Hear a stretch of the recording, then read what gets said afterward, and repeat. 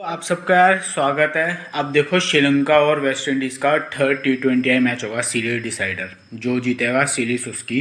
तो इस मैच के हिसाब से हमारे लिए कौन कौन से इंपॉर्टेंट प्लेयर्स है उसके बारे में समझते हैं, ठीक है। और मैं आपको एक चीज़ बता देता हूँ, अगर ये वाला जो पिच होती है ना, ये स्पिनिंग कंडीशन हुई तो ये बहुत अच्छा मैच है। स्मॉल लीग के हिसाब से, ग्रैंड लीग के हिसाब से भी अच्छा मैच है। तो पिच के ऊपर बहुत ज़्यादा डिपेंड होगा। वैसे पिच के ऊपर यार हर मैच डिपेंड होता है, जिस टाइप की पिच होती है कभी कभी हमको उसी टाइप के प्लेयर्स को अपनी टीम में लेना पड़ता है। तो चलिए मैं बिना टाइम वेस्ट करे स्टार्ट करता हूँ कि कौन कौन से प्लेयर्स इंपॉर्टेंट है और किन प्लेयर्स की तरफ हमें ध्यान नहीं देना है। तो मैं आपको एक चीज़ बताता हूँ। देखो, सबसे पहले विकेट कीपिंग सेक्शन में अगर आप देखोगे ना, तो मेंडिस, शाइहो, फ्लेचर, ये तीन ऑप्शन है। फ्लेचर ने रिप्लेस करा था सेकंड T20 में शाई होप को, तो हो सकता है शाई होप वापिस आ जाए क्योंकि इंपॉर्टेंट गेम है ना। तो अगर फ्लेचर खेल रहा है ना, तो मैं फ्लेचर को नहीं लेने वाला हूँ। इसका रीज़न देखो बहुत सिंपल है। फ्लेचर को जो भी वैसे वाले बॉलर्स होते हैं ना, स्लिंगी एक्शन वाले, लाइक पथिराना और तुषारा, तो उनके सामने फ्लेचर बहुत स्ट्रगल करता है। जैसे बॉलिंग सेक्शन में जाओगे तो पिछले मैच के अंदर पथिराना और तुषारा दोनों खेले थे। तुषारा को केवल एक ओवर मिला था, पर फ्लेचर वन डाउन आ रहा है तो हाई चांसेस है इसका सामना हो जाए तुषारा के साथ। और दुनीत वेलालेगा भी बहुत परेशान करता है फ्लेचर को। तो ये जो तीन बॉलर है ना, ये बहुत गंदा परेशान करते हैं फ्लेचर को। तो मैं फ्लेचर को अवॉइड कर दूंगा। अगर वो खेलेगा ना, चाहे कैसे भी पिच हो, मैं नहीं लेने वाला फ्लेचर को। और आपको भी मैं यही सजेस्ट करूंगा कि हाई चांसेस है फेल हो जाएगा, पर किस्मत के सहारे कुछ ऊपर नीचे हो गया तो अलग बात है। पर हाई चांसेस है फ्लेचर के सामने जो बॉलिंग टाइप खेलेगी ना कल के मैच के अंदर, हो सकता है फ्लेचर फेल कर जाए। अब मान लो फ्लेचर नहीं खेल रहा, शाई होप आ जाता है, तो अब ध्यान से समझना। शाई होप का देखो क्या सीन है। अगर टारगेट मान लो लिमिट के बड़ा मिल गया ना शाई होप को, तो उसको हाई स्ट्राइक रेट के साथ खेलना पड़ेगा। सामने हसरंगा होगा और ये तीक्ष्णा होगा। तीक्ष्णा आउट कर देता है शाई होप को। तो अगर स्ट्राइक रेट शाई होप को हाई मेंटेन करने की पड़ गई, कि अगर मान लो शाई होप को हर ओवर के अंदर 9 से 10 रन की वो चाहिए रन रेट, तो शाई होप हो सकता है तीक्ष्णा को फिर से अपना विकेट दे दे, हो सकता है हसरंगा को विकेट दे दे। पर अगर मान लो रन रेट 6 से 7 मैक्सिमम 8 तक की है, तो शाई होप फिर अपना काम कर देगा, वही सिंगल डबल करके, फिर प्रेशर नहीं आएगा ना शाई होप पे। तो अभी फिलहाल मैंने एक ऑप्शन पिक करा है, कुशल मेंडिस को। शाई होप पूरी तरह सिचुएशन पे डिपेंड होगा। अगर पिच स्पिन वाली होती है तो भाई मैं शाई होप को नहीं लेने वाला हूँ, क्योंकि वेस्ट इंडीज के प्लेयर्स स्पिन विकेट के ऊपर बहुत गंदा खेलते हैं। आपने सेकंड T20 देखा होगा, 89 पे पूरी टीम ऑल आउट हो गई। तो शाई होप के पास क्वालिटी है, सिंगल डबल खेल सकता है, पर स्पिन विकेट के ऊपर T20 गेम में हाई स्ट्राइक रेट के साथ खेलना तो ये थोड़े से प्रॉब्लम वाला काम हो जाएगा हमारी स्मॉल लीग की टीम में। तो शाई होप को फिलहाल मैंने साइड में रखा हुआ है। अभी मैंने केवल कुशल मेंडिस को पिक करा है। अब ऐसा होता है, मान लो कि पहले बैटिंग कर रही है ये वेस्ट इंडीज की टीम, तो अब शाई होप ओवर कुशल मेंडिस हम प्रेफर कर सकते हैं। क्योंकि देखो, स्पिन विकेट होगी ना, तो जो भी टीम सेकेंड इनिंग्स बैटिंग करेगी ना, उसके ऊपर एक तो रनों का प्रेशर आएगा, प्लस वहां पे विकेट थोड़ी थोड़ी और ज़्यादा स्पिन को मदद करने लग जाएगी। तो अगर शाई होप पहले बैटिंग कर रहा है, तो मैं शाई होप को हो सकता है अपनी टीम में ऐड कर लूँ, हो सकता है दोनों को ऐड कर लूँ। पर अभी के लिए मैंने एक बेस टीम बना रहे तो मैंने कुशल मेंडिस को रखा है। फ्लेचर को मैं नहीं लेने वाला, चाहे कोई भी कंडीशन हो। बैटिंग सेक्शन के अंदर देखो भाई, Nissanka, Brendon King, Evin Lewis. अगर बैटिंग ट्रैक रहता है तो तीनों ही बहुत अच्छे ऑप्शन है। पर अगर स्पिनिंग ट्रैक रहता है तो उस केस के अंदर अगर निशंका फर्स्ट इनिंग्स बैटिंग कर रहा है तो मैं इसको अपनी टीम में लूंगा।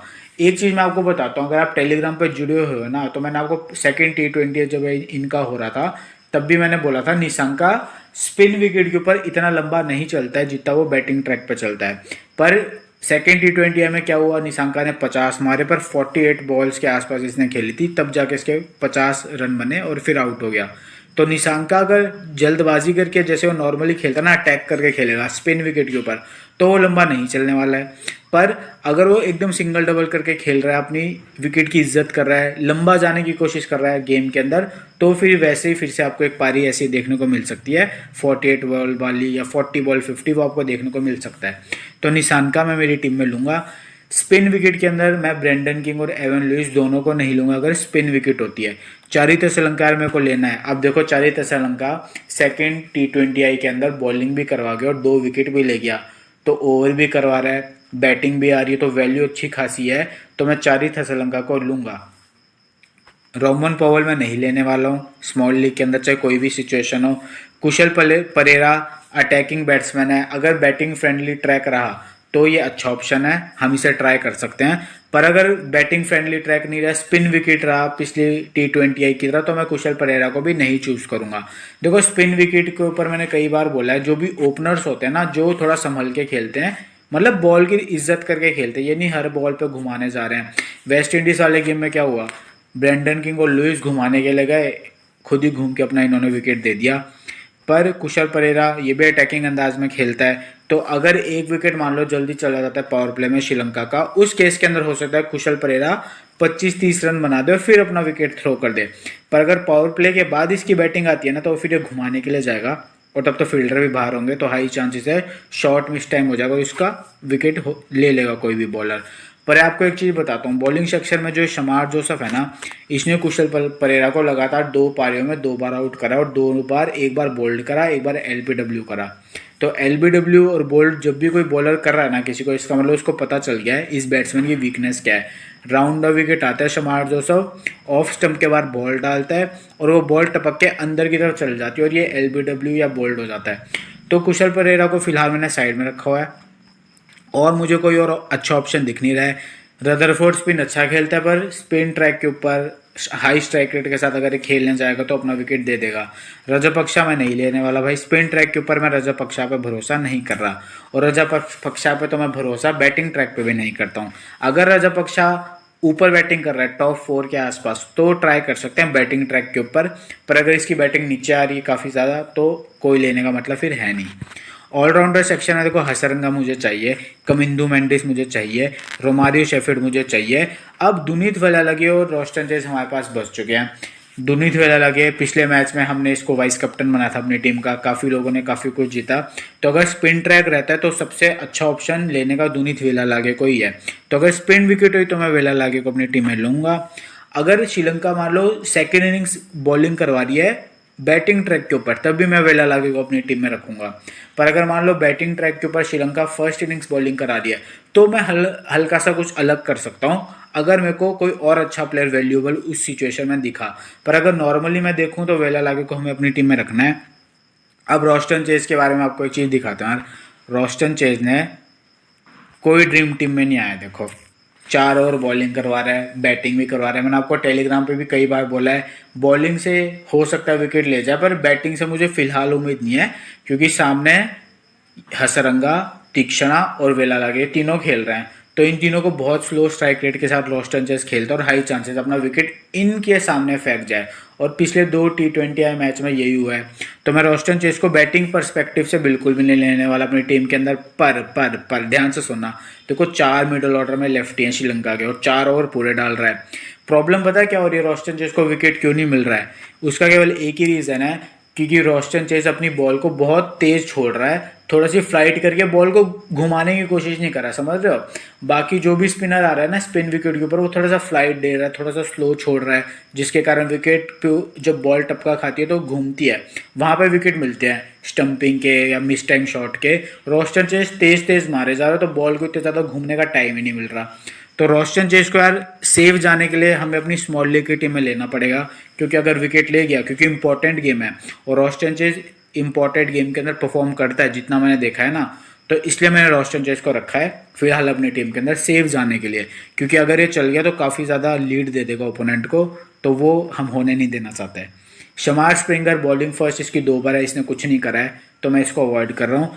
सी विक्रम सिंह है, देखो ये प्लेयर बहुत अच्छा है, सी विक्रम सिंह है, अगर खेलता है ना, और अगर आपको ऐसा लग रहा है श्रीलंका के धड़ाधड़ ऊपर के विकेट गिरेंगे तभी इसको लेना, स्पिन ट्रैक पे भी इसको ले लेना, क्योंकि स्पिन भी काफ़ी सही खेलता है और पावर प्ले के अंदर 2 ओवर भी डालने आ जाता है। तो अगर आपको लग रहा है श्रीलंका के ऊपर से विकेट गिरेंगे, अगर आप कोई ऐसी GL टीम बना रहे हो जिसके अंदर आपने श्रीलंका के टॉप ऑर्डर को मिस आउट करा है, तभी इसको ट्राई करना, फिर इसको डायरेक्ट कैप्टन वाइस कैप्टन करना, क्योंकि ये तभी चलता है, क्योंकि एक तो इसकी बैटिंग बहुत नीचे आ रही है, तो वहाँ पर उतना चांस मिलेगा नहीं अगर टॉप ऑर्डर परफॉर्म कर गया।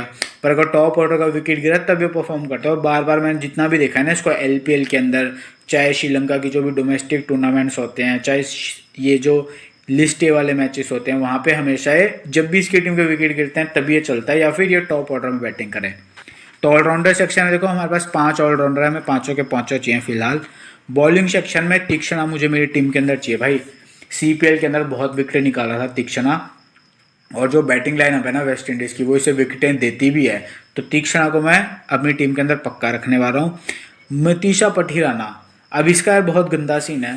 पहले मैच के अंदर बॉलिंग सेकंड में विकेट लेके गया, सेकंड T20I के अंदर इसको केवल एक विकेट मिला क्योंकि असलंका भी ओवर डालने आ गया। तो स्पिनर्स ने ज़्यादा से ज़्यादा ओवर डाले। अगर स्पिन विकेट फिर से श्रीलंका ऑफर करता है ना वेस्ट इंडीज़ के प्लेयर को, और सेकंड इनिंग श्रीलंका बॉल कर रहा है, फर्स्ट इनिंग्स भी बॉल कर रहा है, देखो फर्स्ट इनिंग्स में तो पथिराना लेना पड़ेगा, पर अगर सेकंड इनिंग्स बॉलिंग करवा रही है ना श्रीलंका और स्पिन विकेट है, तो हो सकता है फिर से स्पिनर्स की तरफ देखेंगे। तीक्षणा, उसके बाद हसरंगा, उसके बाद कमिंदू मेंडिस, उसके बाद असलंका, तो उसके बाद वेलालागे, तो 5 स्पिनर हैं। तो हो सकता है हाई चांसेस है उनसे ज़्यादा बॉलिंग हो। अल्जारी जोसेफ हर मैच में एक एक विकेट निकाल रहा है, ड्रीम टीम का पार्ट बन रहा है। पिछले मैच में तो बैटिंग से भी रन्स कर गया था। तो अल्जारी जोसेफ को मैं बॉलिंग फर्स्ट कंडीशन में लूँगा। शमार जोसेफ भी दोनों मैचों में इसने विकेट निकाले हैं 33 वाले, तो शमार जोसेफ को भी आप बॉलिंग फर्स्ट में ट्राई कर सकते हो, पर शमार जोसेफ मेरा प्रेफरेंस नहीं है। अब देखो गुदाकेश मोती ने पिछले मैच के अंदर यार बहुत अच्छी बॉलिंग कराई, 4 ओवर में कुछ 10-12 रन दिए। प्रॉब्लम पता है क्या आ रही है, गुदाकेश मोती को पहले मैच के अंदर सिर्फ 2 ओवर मिले, दूसरे मैच के अंदर पूरे 4 ओवर मिले, पर वो राइट हैंडर्स के सामने मिले ना।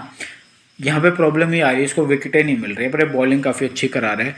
अगर स्पिन को ज़रूरत से ज़्यादा एडवांटेज हुआ ना, तो भाई गुदाकेश मोती को अपनी टीम में रख लेना, क्योंकि इसने 4 ओवर पिछले मैच में पूरे डाले थे और इसने सिर्फ 10 रन खर्च करे थे, यानी इकोनॉमी के पॉइंट पे मिले, और इसकी बॉल बहुत अच्छी स्पिन कर रही थी। तो मोती बहुत अच्छा ऑप्शन है अगर प्योर स्पिन विकेट होती है। तो अभी फ़िलहाल देखो मेरी बेस टीम ये बन रही है, जैसा आप देख पा रहे हो ना, सिर्फ 2 प्लेयर की मेरे पास जगह है। अब वो 2 प्लेयर पथिराना, अल्जारी जोसेफ हो सकते हैं, हो सकता है एक को मैं मोती को ऐड कर लूँ। तो अभी फ़िलहाल मेरी ये बेस टीम है, ये तो मेरी पक्का टीम रहने वाली है, इसको मैं चेंज नहीं करने वाला हूँ फ़िलहाल के लिए। और मैं यही एक्सपेक्ट करके जा रहा हूँ कि श्रीलंका वाले थोड़ी सी स्पिन विकेट देंगे। तो अभी फ़िलहाल देखो बेस टीम ये है। अब CVC ऑप्शन इसके अंदर हमारे पास देखो बहुत अच्छे अच्छे हैं। स्पिन विकेट होता है ना, तो देखो सारे स्पिनर जो भी आपको स्पिनर्स दिख रहे हैं ना, स्पेशली श्रीलंका के, वो बहुत अच्छे ऑप्शन है CVC के। सेकेंड मैच में मैंने वेलालागे को वाइस कैप्टन करा था और हसरंगा को कैप्टन करा था, और हमने वो मैच विन करा था। तो इस मैच में भी अगर स्पिन ट्रैक होता है ना, तो मैंने कई बार बोला है, आप अगर टेलीग्राम पर जुड़े हुए होगे तो मैंने कई बार आपको बताया वेलालागे स्पिन विकेट के ऊपर बहुत अच्छा ऑप्शन है उसका CVC का। और मैं हमेशा इसे CVC तो कुछ ना कुछ तो इसे हमेशा करता हूँ, और मैंने इसको जितनी बार भी कराया ना स्पिन विकेट के ऊपर कैप्टन वाइस कैप्टन, इसने हर बार परफॉर्म करा है। हसरंगा भी बहुत अच्छा CVC का ऑप्शन है। अब देखो एक डिफरेंशियल ऑप्शन आपको मैं बताता हूँ, एकदम हटका है। ये जो रोस्टन चेज है ना, 2 मैचों से इसने परफॉर्म नहीं करा है। तो अगर इसने अपनी बॉलिंग करवाते वक्त थोड़ी सी बॉल को स्लो छोड़ा, बॉल को इसने स्पिन करवाया, हो सकता है इसको 2-3 विकेट मिल जाए। तो रोस्टन चेज है, ये इंपॉर्टेंट मैचेस में परफॉर्म भी करता है, मैंने बहुत बार इसको ऑब्जर्व करा है, बहुत परफॉर्मेंस देता है इंपॉर्टेंट गेम्स के अंदर। पर अगर इसने सेम गलती फिर से करी, क्योंकि मेरे को देखो आपको ईमानदारी से बताऊँ, मुझे इसकी बैटिंग से कोई उम्मीद नहीं है स्पिन विकेट के ऊपर, पर अगर बॉलिंग से 3-2 विकेट ले गया तो वो अलग सिचुएशन है। अगर रोस्टन चेज थोड़ा सा स्लो अपनी डिलीवरीज को छोड़े, स्पिन करवाए, तो ये भी बहुत अच्छा CVC का ऑप्शन है। पर अभी तक इसने ऐसा कुछ नहीं करा है। रोमारियो शेफर्ड हर मैच में 2-2 विकेट निकाल रहा, तो मैं इसको भी साइड करो रोमारियो शेफर्ड को। हमारे CVC ऑप्शन कौन होंगे? हसरंगा, वेलाल्गे और रोस्टन चेस, डिफेंशियल ऑप्शन। कुछ हटके ट्राई करना है तो चारित असलंका बैटिंग भी कर गया, सेकेंड T20I में बॉलिंग से 2 ओवर भी डाल गया, 2 विकेटें भी ले गया, तो डिफरेंशियल ऑप्शन वो भी है। कमिंदू मेंडिस, अगर इसकी बैटिंग टाइम पे है, देखो कमिंदू मेंडिस मेनली बैट्समैन बहुत अच्छा है, और अगर मान लो पार्ट टाइम बॉलर है, विकेटें मिली तो मिली, नहीं तो उससे कोई मतलब है नहीं। पर अगर इसकी बैटिंग थोड़ी सी ऊपर आई, जैसे फर्स्ट T20I में इसकी बैटिंग जल्दी आई तो ये अच्छे रन्स कर गया, तो सेकेंड T20I में क्या हुआ, निशांका चल पड़ा, उसके साथ साथ परेरा ने भी रन्स करे, मेंडिस ने भी रन्स करे, तो कमिंदू मेंडिस को बॉलिंग उतनी नहीं मिली खेलने के लिए। तो 4 CVC ऑप्शन है, हसरंगा, चेज, मेंडिस, वेलाल्गे, एकदम हटके ऑप्शन असलंका है। स्मॉल लीग के लिए एकदम हटके ऑप्शन रोस्टन चेज है, क्योंकि अब की बार ओपोनेंट जो हमारे होंगे ना, वो रोस्टन चेज को CVC नहीं करेंगे, क्योंकि जब जब उन्होंने पिछले दोनों गेम्स में से CVC करा ना, वो अपने पैसों उनका लॉस हो चुका है। पर इस बार मे भी हमें अगर कुछ अलग करना है तो हम इसको कर सकते हैं, पर ये रिस्की ऑप्शन है। एकदम सेफ ऑप्शन है हसरंगा और वेलाल्गे, एकदम सेफ ऑप्शन। कोई रिस्क लेने का ही नहीं है। और ये दोनों ऐसे प्लेयर्स हैं, स्पिन विकेट हुआ तो ये बहुत अच्छी परफॉर्मेंस देते हैं। तो ये मेरी बेस टीम है, ये मेरे कुछ सीवीसी हैं। अब अगर आपने टेलीग्राम ज्वाइन नहीं करा है तो आप डिस्क्रिप्शन से ज्वाइन कर लेना। जो भी इंपॉर्टेंट बातें होंगी, अगर मान लो मैंने इनमें से किसी प्लेयर को मैं हटाने वाला हूँ तो मैं आपको टेलीग्राम के ऊपर पहले ही बता दूंगा, ताकि आप भी अपनी टीम में वो चेंज कर लेना अगर आपको करना हो। तो चलिए यार, फिर मैं मिलता हूँ आपसे मैच के टाइम पे। Bye bye.